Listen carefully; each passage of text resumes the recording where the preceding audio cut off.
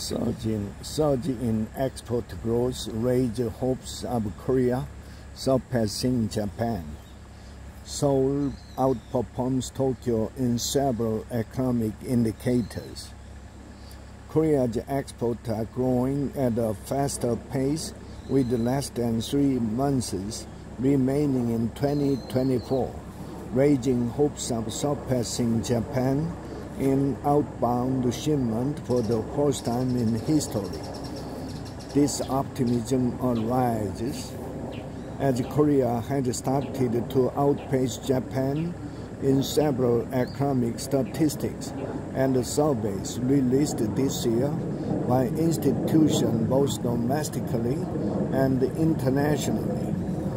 They included the Bank of Korea's 2023 Gross National Income, GNI, and the International Institute for Management Development's 2024 National Competitiveness Assessment. According to the Ministry of Trade, Industry, and Energy, Korea's exports in the first 9 months of 2024 reached $508 billion, making it the second highest total for any comparable period in the country's history. For the June-September period, outbound shipment rose 10% year-on-year to $173 billion. The amount was also the second highest for any third quarter of the year after the government began compiling relevant data. Exports surged 7.5% year-on-year last month, continuing a growth streak for the 12th consecutive month. As a result, outbound shipment reached an all-time high for any single month, totaling $58 billion. Additionally, average daily exports in September reached a record high of $2.9 billion. All the data are certainly intriguing enough to capture public interest in whether Korea can surpass Japan in exports, said Cho, an international trade professor at Chungnam National University. In particular, the professor highlighted that Korea reduced its export gap with Japan to a record low of $3.5 billion in the first half of 2024.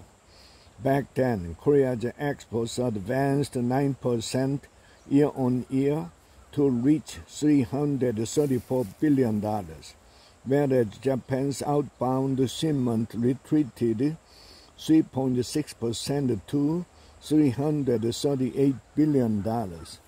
Such a narrowed gap is dramatic, considering Korea used to be one of the poorest countries in the world, and that it was nowhere close to Japan, that once boasted the world's second-largest economy after the United States, Cho said.